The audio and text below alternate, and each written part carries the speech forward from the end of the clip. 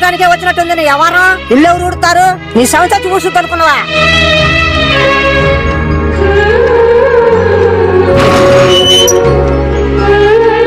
ఏమండి ఇప్పుడేనండి రావడం?